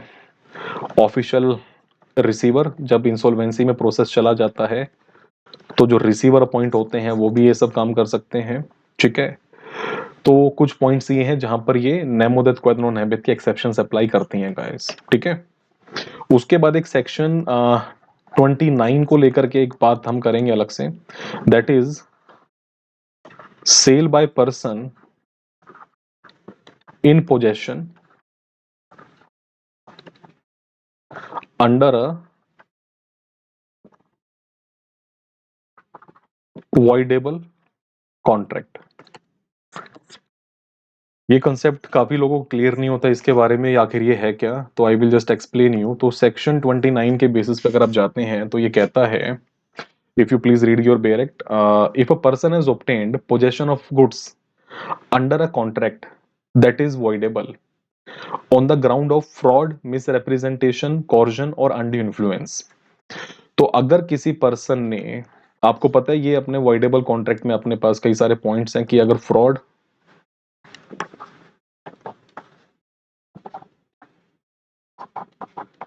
मिसरिप्रेजेंटेशन, कॉर्जन या अनड्यू इन्फ्लुएंस, तो नॉर्मली जो कॉन्ट्रैक्ट होता है बेसिकली वो voidable बन जाता है, ठीक है, at the option of the other party. तो यहाँ कहता है कि अगर किसी पर्सन ने basically, if that person has obtained possession of the goods under a voidable contract on these four grounds, और फिर वो उन गुड्स को सेल कर देता है to any bonafide buyer, to any bonafide buyer, to any bonafide buyer, ठीक है, before the contract has been rescinded, मतलब उस कॉन्ट्रैक्ट के रेजिडेंट होने से पहले। मतलब ये है कि क्योंकि जब कॉन्ट्रैक्ट वॉइडेबल बन जाता है तो दूसरी पार्टी के पास ऑप्शन है कि वो उस कॉन्ट्रैक्ट को ब्रीच कर सकती है, तोड़ सकती है और अपना सामान वापस ले सकती है। लेकिन वो सब होने से पहले दूसरी पार्टी अपना एक्शन लेती, वो अपना काम करती, उससे पहले आपने उसको किसी और को सेल कर दिया, और जिसने परचेस करा वो बोनाफाइड बायर है, उसकी कोई गलती नहीं है, उसको कोई नॉलेज नहीं थी, ही हैड नो नॉलेज, कि ये सामान जो है इस तरह से लिया गया है, उसकी कोई गलती नहीं है, उसे कोई नॉलेज नहीं है, उसने अपनी पूरी पेमेंट करके आपको सामान आपसे ले लिया। अब ऐसे केस में क्वेश्चन आता है कि जिस बंदे के साथ ये फ्रॉड हुआ था या मिस रिप्रेजेंटेशन या कॉर्जन एंड इन्फ्लुएंस हुआ था, वो बंदा एक्शन लेने वाला था, उसके एक्शन लेने से पहले पहले सेल हो जाती है, तो वो बेचारा क्या करे? क्या वो थर्ड पार्टी से अपना क्लेम कर पाएगा? तो क्वेश्चन है नहीं, वो पर्सन अब थर्ड पार्टी से क्लेम नहीं कर पाएगा। अब वो सामान नहीं ले पाएगा, अपना पैसा नहीं, मतलब सामान नहीं ले पाएगा, जो सामान गया गया। अब वो सिर्फ और सिर्फ अपना डैमेजेस या जो भी पैसा है वो रिकवर तो कर सकता है, लेकिन वो अपना सामान वापस नहीं ले सकता। इसलिए कहा जाता है ना, इसलिए अब जब नॉर्मली क्या होता है इस तरह के मैटर्स में ना, जैसे ही पता चलता है सबसे पहले इंजंक्शन के लिए अप्लाई करा जाता है कि उसको रोकिए कि वो मेरी प्रॉपर्टी को डिस्ट्रॉय ना कर दे, डिस्पोज ऑफ ना कर दे, इंजंक्शन लगाई जाती है। क्योंकि जो बोनाफाइड बायर है, जिसको नॉलेज नहीं थी, वो तो बेचारा जेन्युइन काम कर रहा है ना, तो अगर ऐसे हरास करने लगे ए और बी के बीच की ट्रांजेक्शन के चक्कर में आप सी को परेशान करोगे तो सी बेचारा कहां जाएगा? तो इसीलिए अब ए और बी के बीच में जो भी डिस्प्यूट है वो दोनों अपने आप देखेंगे, सिविल एक्शन लेना है, क्रिमिनल एक्शन लेना है, क्या करना है, ये अपने आप देखेंगे। इनके चक्कर में सी को सफरिंग नहीं होगी, दैट इज द पॉइंट। ठीक है, तो गाइज ये है अपना आ, इसको लेकर के इस मैक्सिम को लेके। ठीक है, उसके बाद जो है, अब सबसे बड़ी बात आती है कि डिलीवरी मैटर करती है क्या पेमेंट मैटर करती है, तो मैं आपको समझा चुका हूं, ना डिलीवरी मैटर करती है ना पेमेंट मैटर करती है, मैटर करता है इंटेंशन। तो जो डिलीवरी के प्रोविजंस आप पढ़ेंगे बाद में कि डिलीवरी के जो अलग अलग मेथड्स हैं, कि पार्ट डिलीवरी होगी तो क्या होगा, टाइम ऑफ डिलीवरी क्या होगा, इंस्टॉलमेंट्स में डिलीवरी होगी तो क्या होगा, या बायर के थ्रू एक्सेप्टेंस होगी कि नहीं होगी तो क्या होगा, इन सब का बड़ा सिंपल सा रूल है। इन सब जगह में क्या लिखा हुआ है, अनलेस अदरवाइज एग्रीड। तो जब पार्टीज म्यूचुअली जो एग्री कर लेगी वो चीज प्रायोरिटी होगी, उसको बेसिकली प्रायोरिटी मिलेगी। अगर वो पार्टीज एग्री नहीं करती तो हम इन बेसिक रूल्स को फॉलो करेंगे। और बेसिक रूल बड़े सिंपल से है कि डिलीवरी के लिए सेलर को ही बोलना पड़ेगा कि भाई डिलीवरी मैं करने वाला हूं, आकर के तो अपने सामान को रिसीव कर, तो सेलर की तरफ से कम्युनिकेशन होगा, बायर को फिर लेना होगा। बायर अगर डिनाई करेगा तो ये बायर की जिम्मेदारी है, सेलर नहीं पूछता तो सेलर की जिम्मेदारी है। डिलीवरी कब होगी, नॉर्मल बिजनेस प्लेस पे, कितने बजे होगी, टाइम क्या होगा, नॉर्मल बिजनेस टाइमिंग जो होंगे। तो इस तरह से चीजें देखी जाती हैं। ठीक है, अब क्वेश्चन ये आता है कि जब आपने सामान डिलीवर किया, मतलब आपका जब एग्रीमेंट हो गया या जब कॉन्ट्रैक्ट ऑफ सेल हो गया और पेमेंट वगैरह नहीं होती, जो कंडीशंस थी उसके बेसिस पे, ध्यान रखिएगा बॉस, कंडीशंस जो आपने डिसाइड करी है म्यूचुअली, अगर उसके बेसिस पे डिलीवरी नहीं होती है तब उस केस में क्या किया जाएगा? तो हो सकता है कि पेमेंट की कंडीशन पहले ही हो, डिलीवरी होने से पहले, या हो सकता है कि डिलीवरी के होने के बाद हो, या हो सकता है कि डिलीवरी के साथ साथ पेमेंट होनी हो। तब उन सब केसेस में अनपेड सेलर अगर है कोई, जिसको उसका पूरा पैसा वापस नहीं मिला है, कंप्लीट पैसा जब तक नहीं मिलेगा वो अनपेड सेलर रहेगा, तब उस केस में उसके राइट्स क्या होंगे? तो अनपेड सेलर के राइट्स को आप दो तरह से कंसीडर कर सकते हैं, राइट्स अगेंस्ट गुड्स, और दूसरा राइट्स अगेंस्ट बायर। तो क्वेश्चन आता है कि उसके राइट्स अगेंस्ट गुड्स क्या क्या है, गुड्स के अगेंस्ट कौन कौन से राइट वो यूज कर सकता है। तो सबसे पहला राइट होता है आपका राइट ऑफ लीन और रिटेंशन, कि जब तक आपका पैसा नहीं दिया जाएगा तब तक वो अपने पास गुड्स का पोजेशन अपने पास रखेगा, पोजेशन। मैंने कहा ना, देखिए, ओनरशिप या टाइटल की जब हम बात कर रहे हैं तो टाइटल मिला कि नहीं मिला, हो सकता है कि फॉर एग्जांपल जब आप मेरे पास बुक लेने आए तो मैंने आपसे कहा कि ठीक है आप ये बुक ले लीजिए, आप पेमेंट आप कर देना, आराम से कर देना। आपने कहा ठीक है मैं आकर के दे रहा हूँ, पैसे आपके दे ही दूंगा, थोड़े पैसे आप दे गए हो, अभी सारे पैसे नहीं मिले हैं। अब मेरे पास तो बड़ी दुविधा हो गई ना, मैं बुक को अब सेल कर सकता किसी और को, अब आपने भी फंसा दिया। तो जब तक आप मुझे मेरा पूरा पैसा नहीं देंगे मैं बुक अपने पास रखे रखूंगा, सिंपल सी बात है। तो आप, अगर पोजेशन ट्रांसफर नहीं हुआ है प्रॉपर्टी का तो मेरे पास राइट है कि मैं वो पोजेशन अपने पास रख करके चलूं। ठीक है, right of stoppage of goods in transit, अगर सामान अभी रास्ते में है और वो आपके कंट्रोल में है, ध्यान रखिएगा बच्चों, यहां पर कंट्रोल बहुत जरूरी है। सपोज करिए सामान मैंने अपने ही ट्रांसपोर्टर के थ्रू, मैंने अपने ही बंदे से बोला जाके सामान डिलीवर करा, लेकिन मेरे को पता चला यार वो तो बेकार आदमी है, पैसे देगा नहीं, मैंने सामान को बीच रास्ते में रोक दिया, क्योंकि कंट्रोल अभी मेरे पास है। लेकिन सामान लेने उसी बंदे का आदमी आता है, या मैंने उसी के ट्रांसपोर्टेशन कंपनी को दे दिया, गया काम से मैं, अब मैं सामान को बीच रास्ते में नहीं रोक सकता। ठीक है, ये तभी रुक पाएगा जब आपके पास राइट होगा, कंट्रोल होगा उस प्रॉपर्टी के ऊपर। राइट ऑफ रीसेल, बस रीसेल को लेकर के, अब मैंने कहा ना, जैसे आपने मेरे से बुक ली, मतलब आप 2000 की बुक थी, आपने 500 रुपए दे दिए, अब 1500 रुपए देने आप नहीं दे रहे हैं। तो राइट ऑफ रीसेल बड़ा सिंपल सा कंसेप्ट है कि देखिए मैं कब तक वेट करूंगा, तो मैं आपको एक नोटिस दूंगा रीजनेबल टाइम पीरियड का। अब वो रीजनेबल नोटिस कितने टाइम पीरियड का होगा, इसके पीछे कोई साइंटिफिक फॉर्मूला नहीं है। It might be 1 day, 2 days, 1 week, 1 month, it depends. अब बुक है भाई साहब, अब आपने कहा कि मैं बस शाम तक पेमेंट कर रहा हूँ पूरी, आप आए नहीं, तो मैंने आपको मैसेज करा कि देखिए भैया कल सुबह तक पेमेंट कर दो, नहीं हुई तो मैं बुक सेल कर दूंगा।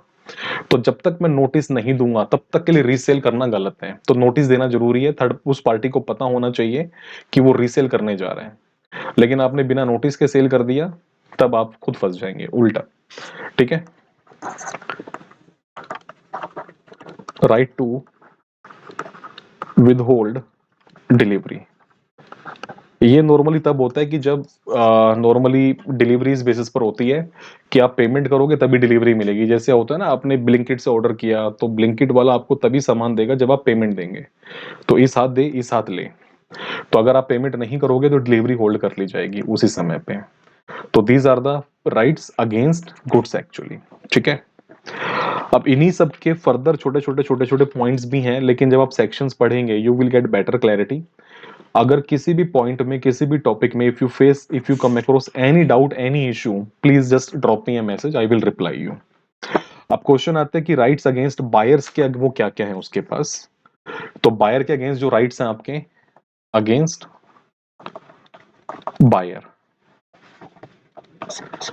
तो नंबर एक, सूट फॉर प्राइस, भैया आप अपना पैसा मांगिए उससे कि भैया मेरा पैसा दे। सूट फॉर डैमेजेस, डैमेजेस भी दो तरीके से आप मांगेंगे। फॉर नॉन एक्सेप्टेंस, अगर वो सामान एक्सेप्ट नहीं करता, तो सामान तो आप ही के पास है, लेकिन सामान एक्सेप्ट ना करने से आपका जो ट्रांसपोर्टेशन वगैरह खर्चा हुआ और जो नुकसान हुआ वो। और दूसरा फिर आप मांगेंगे फॉर रेपुडिएटिंग कॉन्ट्रैक्ट, कि उसने जो कॉन्ट्रैक्ट को रेपुडिएट करा उसके लिए भी तो मांगेंगे ना भाई। और सूट फॉर इंटरेस्ट, जो आपका फाइनेंशियल लॉस हुआ, प्लस अगर कोई स्पेशल डैमेजेस हैं तो वो भी। तो you will claim all these things as well from that person. ठीक है, इन सब की डिमांड भी आपको करनी पड़ेगी। ठीक है, उसके बाद ये तो हो गया अनपेड सेलर के राइट्स। बायर के राइट्स क्या है भाई साहब, बायर के rights, what are the rights of buyers. तो लगभग सेम चीजें हैं। बायर, क्योंकि बायर पेमेंट कर चुका है तो बायर के पास राइट है कि buyer can ask for damages, number एक, can ask for the goods, number third can ask for the specific performance, कि जो मांगा वही सामान चाहिए मुझे, अगर पॉसिबिलिटी है तो। ठीक है, for the recovery of price, अगर कोई पैसा दिया है और वो पैसा आप, सामान भी नहीं मिला ना पैसा मिला, तो वो प्राइस प्लस इंटरेस्ट। ठीक है, तो इस तरह के सारा का सारा नुकसान even that person can also claim. अब यहाँ पर बेसिकली है ना, एक क्वेश्चन आता है, एक कि इंसॉल्वेंसी के टाइम पर क्या होता है, कि अगर मान लीजिए बायर अगर इंसॉल्वेंट हो जाए तो क्या होगा, और अगर सेलर इंसॉल्वेंट हो जाए तो क्या होगा। तो इसको ना थोड़ा सा हेडेक मत लीजिए बिना बात के, इसको लेकर के ना बड़ा सिंपल सा कंसेप्ट है कि अगर बायर इंसॉल्वेंट हो जाता है तो सेलर अपने आप को सेव करेगा। तो जैसे ही सेलर को पता चलता है कि बायर इंसॉल्वेंट हो चुका है, तो एक तो गुड्स को रास्ते में रोक देगा, रोकने का उसका राइट है पूरा का पूरा, क्योंकि हर बंदे को अपना अपने आप को सेव करने का राइट है। लेकिन एक बात ध्यान रखिएगा, अगर सेल हुई है, सेल और सेल का मतलब है कि जो हो चुका है अभी की अभी, भले ही सामान आपके पास रखा हो तो आपका कोई राइट नहीं बनता। सपोज करो मैं आपकी शॉप पर आता हूँ, आपका टेक्सटाइल का काम है, मैंने आपसे कुछ कपड़े वगैरह परचेज किए और मैंने कहा अभी यार मैं जरा मार्केट जा रहा हूँ, लोकल मार्केट घूमने, ये सामान आप अपने पास रख लीजिए। मैं आपको पेमेंट भी कर चुका हूँ, सामान भी आप ही के पास है। इन द मीन टाइम आप इंसॉल्वेंट हो जाते हैं या आप इंसॉल्वेंट हो चुके थे, मुझे पता नहीं था, और आपके यहाँ पर जो है पूरी प्रोसीडिंग शुरू हो गई है। अब आपका ऑफिशियल रिसीवर चाह के भी वो सामान नहीं ले सकता क्योंकि सेल हो चुकी है। तो सेल के टाइम पे तो मैटर खत्म हो चुका है। नॉर्मली एग्रीमेंट टू सेल के टाइम पे ये पॉइंट्स रेज होते हैं। तो अगर सेल हो चुकी है, एक्चुअल सेल हो चुकी है, लेकिन सामान सेलर के पास है, तो सेलर को वो सामान हैंड ओवर करना पड़ेगा बायर को। और बायर की ड्यूटी है कि बायर उसके बदले में पेमेंट करेगा सेलर को। तो गुड्स डिलीवर होंगे बायर को या बायर के ऑफिशियल रिसीवर को, और उसकी पेमेंट होगी हैंड ओवर सेलर को। That is the point. लेकिन अगर एग्रीमेंट टू सेल है, मतलब अभी होना है कॉन्ट्रैक्ट, अभी चल रहा है, अभी रास्ते में है सामान सारा का सारा, और अभी एक्चुअल में ओनरशिप ट्रांसफर नहीं हुई है, in the meantime buyer अगर इंसॉल्वेंट हो जाता है, अगर बायर इंसॉल्वेंट हुआ, तब उस केस में एग्रीमेंट टू सेल केस में सेलर का राइट है कि सेलर उस सामान को रास्ते में रुकवा सकता है। कानून कहता है कि आपके पास अपने आप को सेव करने का राइट है। लेकिन अगर सेलर इंसॉल्वेंट हो जाता है तो बायर का राइट है कि बायर जो है, अगर कुछ एडवांस पेमेंट करी थी तो वो वापस मांगने का हकदार है। लेकिन अगर मान लीजिए सेलर जो है, क्या नाम है, बायर ने मतलब इंसॉल्वेंट यहाँ पर सेलर हो रहा है, तो बायर जो है जिम्मेदार है, बेसिकली बायर की रिस्पॉन्सिबिलिटी है पेमेंट वगैरह करने की। तो that is the responsibility upon the buyer. ठीक है। एक और कंडीशन आती है, बेसिकली मान लीजिए कि अगर बायर इंसॉल्वेंट हो जाता है, तब उस केस में सेलर के पास राइट है कि सेलर जो है अपना, अगर एग्रीमेंट टू सेलर, तो गुड्स को तो रोक ही सकता है। ठीक है। और सामान को फिर डिलीवरी देने से मना कर सकता है क्योंकि ये एग्रीमेंट टू सेल है। ठीक है, अभी एक्चुअल सेल हुई नहीं है। इशू कहां पर आता है कि जब बायर इंसॉल्वेंट हो चुका है, गुड्स सेल हो चुकी थी, ओनरशिप ट्रांसफर हो चुकी थी, बायर इंसॉल्वेंट हो चुका है, फिर सेलर के पास क्या राइट है? तो सेलर के पास सिर्फ इतना सा राइट है कि सेलर सिर्फ बायर की प्रॉपर्टी में से जो भी उसको रेटेबल पोर्शन मिलेगा, रेटेबल,